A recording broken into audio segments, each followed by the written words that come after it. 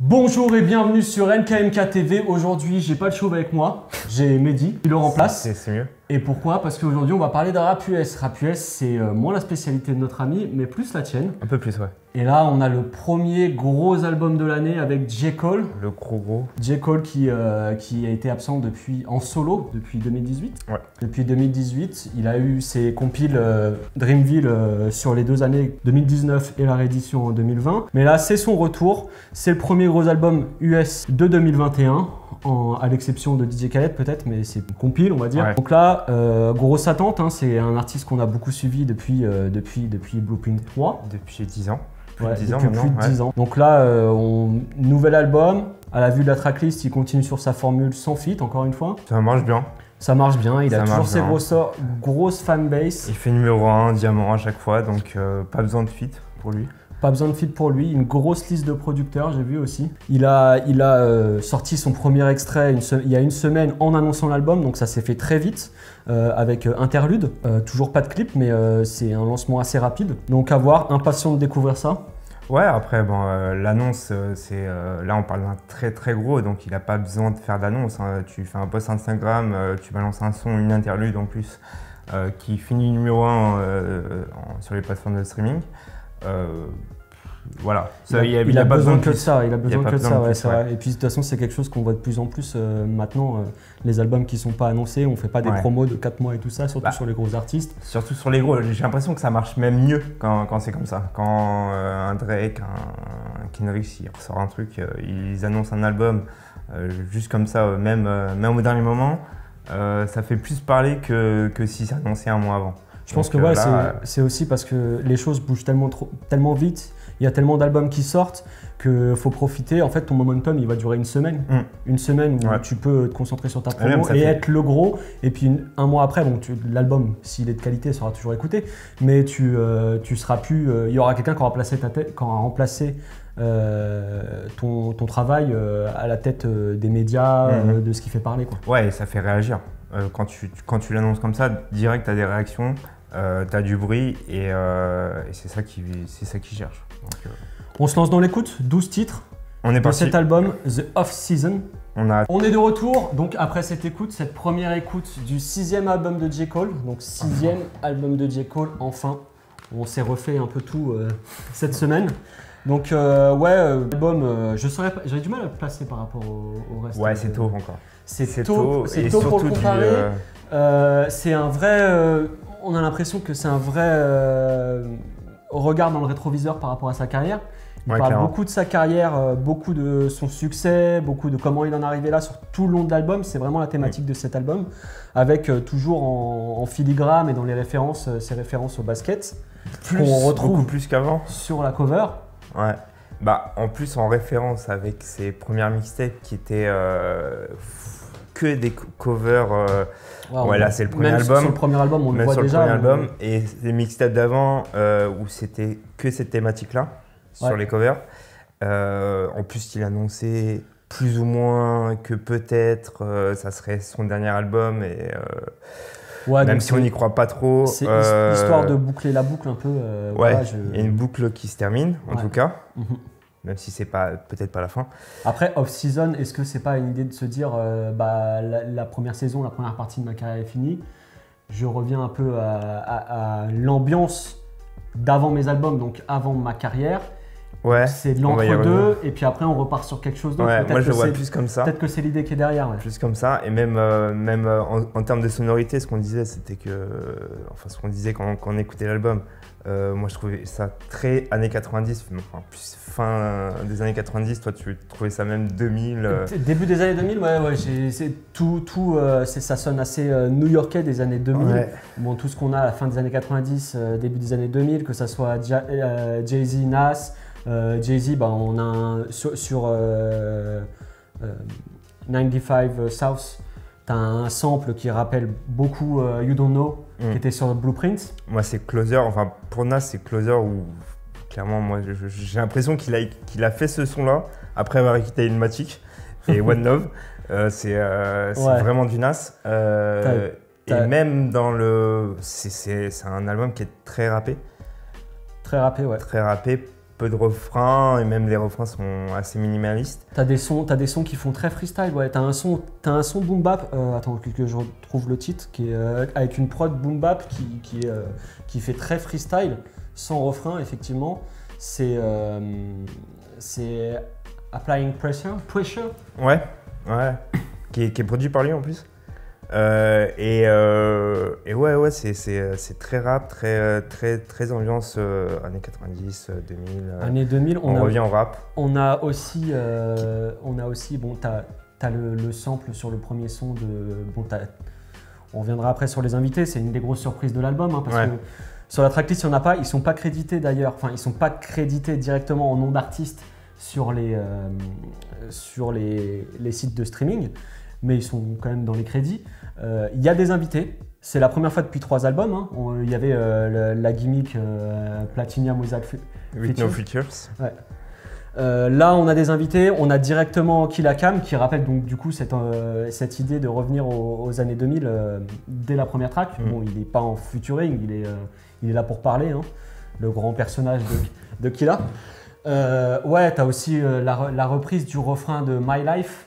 Qui est reprise par Moray qui reprend ce refrain qui était fait par Pharrell Monch sur le son de Styles P, My Life, un grand classique, j'adore ce son, donc c'est difficile de passer derrière, ouais, de le refaire.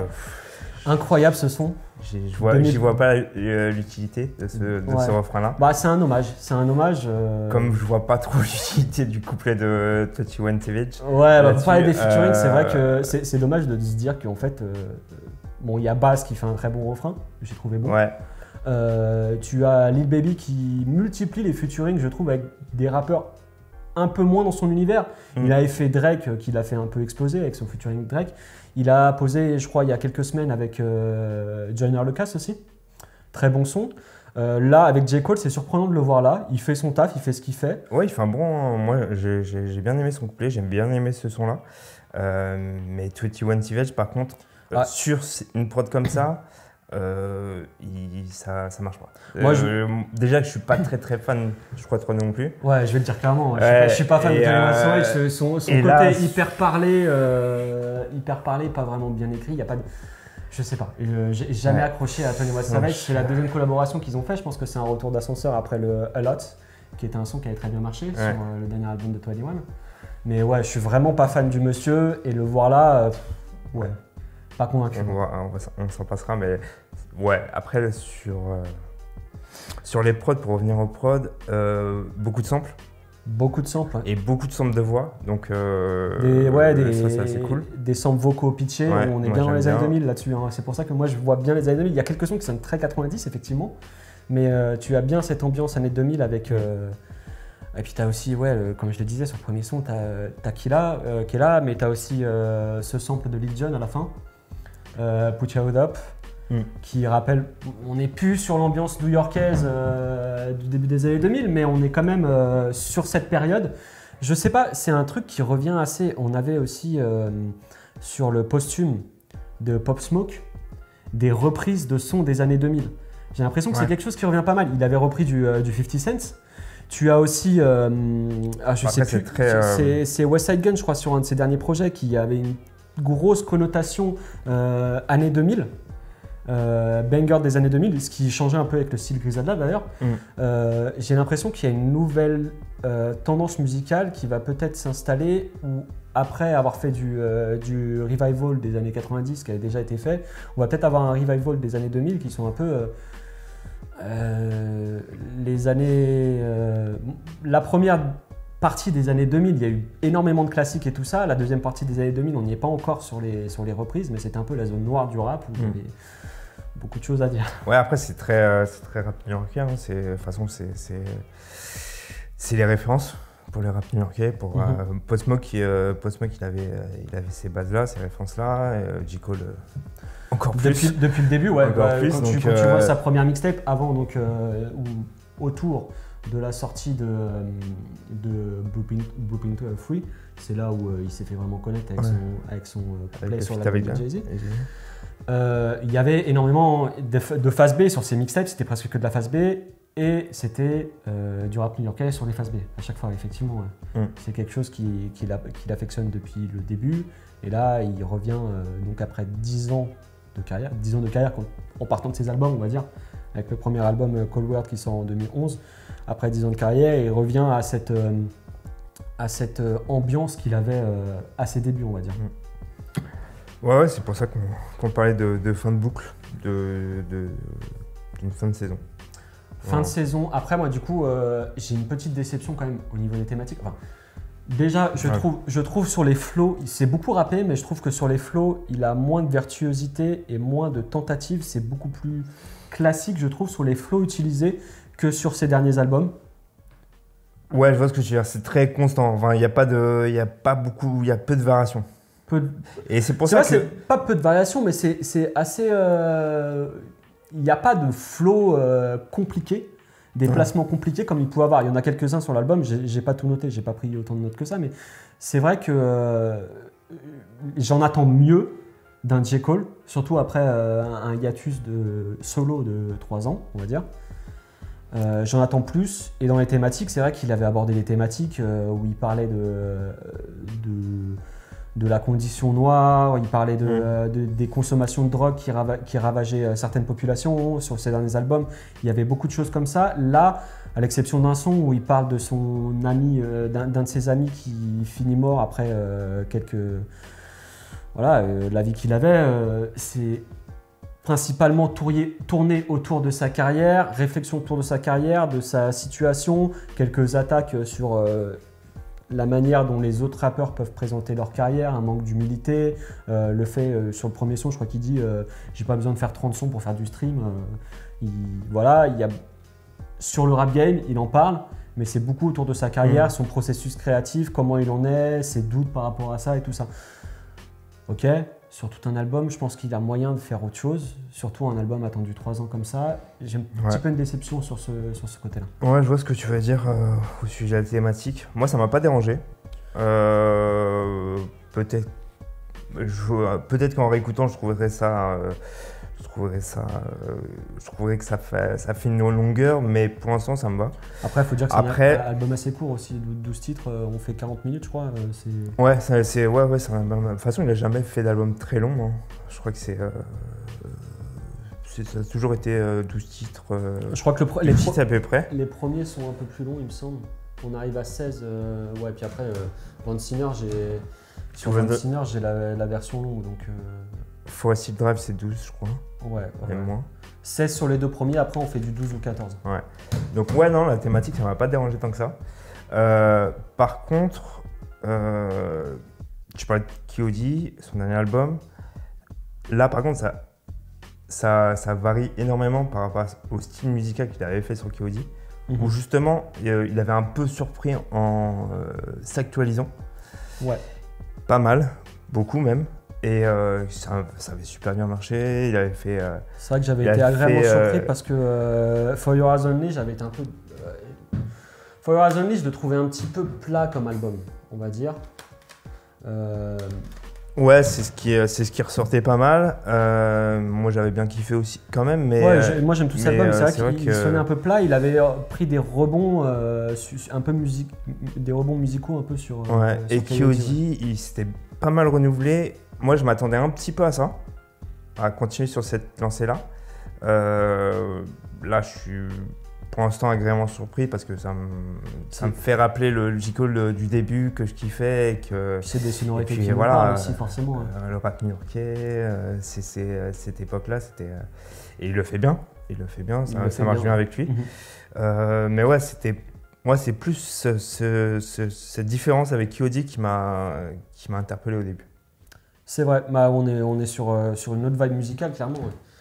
Après, c'est vrai que ce retour aux années 2000, moi, c'est quelque chose qui me parle. Mais il a réussi quand même en invitant des producteurs toujours actuels. Bon, il y a Timbaland qui est un vieux de la vieille, mais tu as T-Minus, tu as Dai, tu as Tu as Jack One. Enfin, Jack One qui est pas si.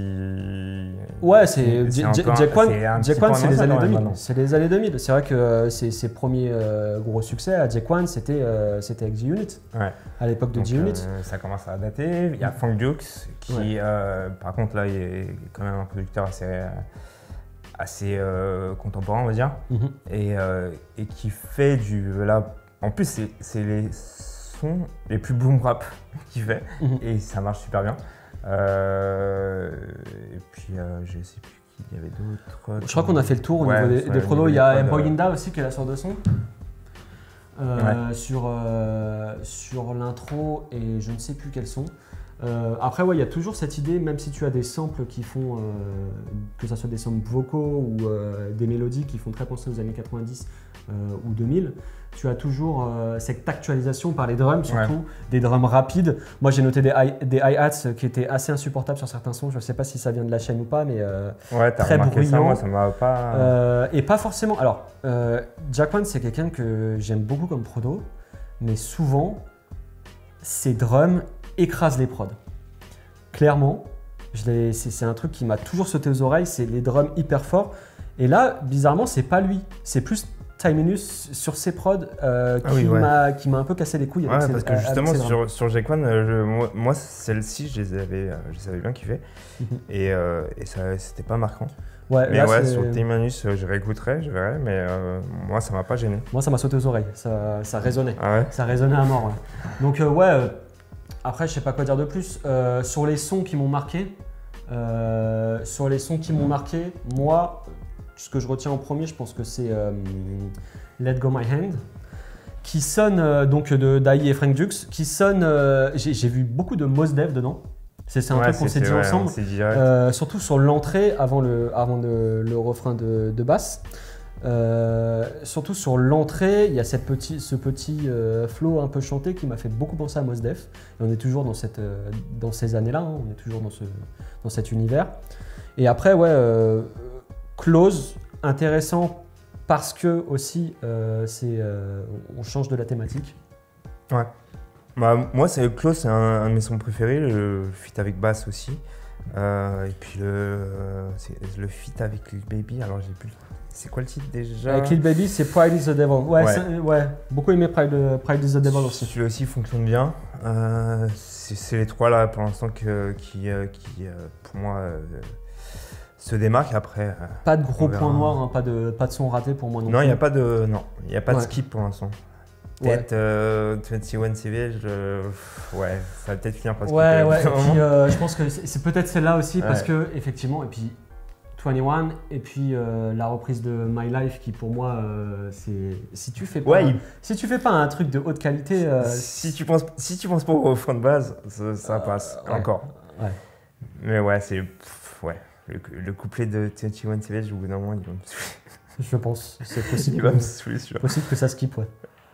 Si tu veux conclure, une petite idée d'une note que tu pourrais mettre à l'album, comment tu après une première écoute, on a forcément raté plein de choses. C'est difficile aussi parce que les textes de J. Cole sont bourrés de jeux de mots et de références en une écoute.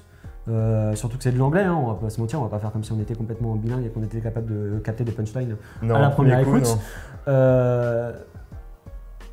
Quelle note tu mettrais, comment tu le placerais par rapport à sa discographie? Par rapport à sa discographie, For You As, je le mets peut-être au-dessus de For You As Only. For Still Drive, il reste premier. Je pense que ça bougera pas avant longtemps. Je le mets peut-être entre 3 et 4e pour l'instant.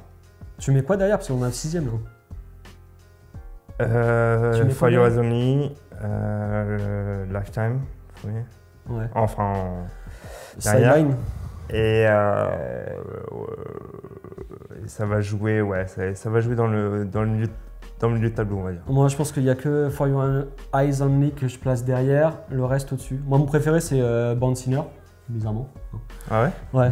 C'est un de mes Born préférés. Sinner, il y a quand même il y a son lot de gros bangers qui me parlent beaucoup. Après, si je dois noter difficile, je dirais un petit 14, ce qui est un peu... 1 sur 20? Un petit 14 qui est limite un peu décevant pour des J. Cole. Hein. Ouais, ouais, je le mets 15 quand même, minimum 15. Après, on verra sur la durée, ça va jouer sur la durée. Je trouve pas décevant, je trouve que ça passe bien. Ouais, faut pas qu'il s'arrête là-dessus. Mais il peut pas, ouais, clairement il peut pas s'arrêter là-dessus. Il faut pas qu'il parte là-dessus. Il a pas le droit de toute façon. S'il repart sur des featuring, plutôt que d'inviter des 21 Savage, va chercher, il a des gens hyper talentueux dans son écurie, que ce soit Earthgang ou D.I.D. C'est des très bons artistes. Va pas chercher des mecs parce que tu veux ton. Je pense qu'ils veulent sortir en single. Ouais, après il y aura les compilations. Dreamville, c'est sûr que ça continuera, quoi qu'il arrive. Même assez vite, je pense. Donc ça, on en aura. On en aura, c'est sûr. Et puis il faut Et puis... À voir pour la suite, hein. Et puis ouais, une collab avec Kendrick quand même. Ah, puis tant qu'on en parle, Kendrick aussi, je ne sais pas où l'on est, ça sortira sûrement cette année. Bah ouais, ça se trouve, ça sera sur l'album de Kendrick. Peut-être. C'est vrai que depuis c'était sur Band Sinner où le feat avec Kendrick. Ils avaient fait aussi 2 sons. Alors c'était Kendrick qui posait sur un son, une prod de J. Cole et J. Cole qui posait. Ouais, mais ça c'était très tôt, ça il me semble. C'était sur. Je sais pas si c'était avant ou après Band Sinner.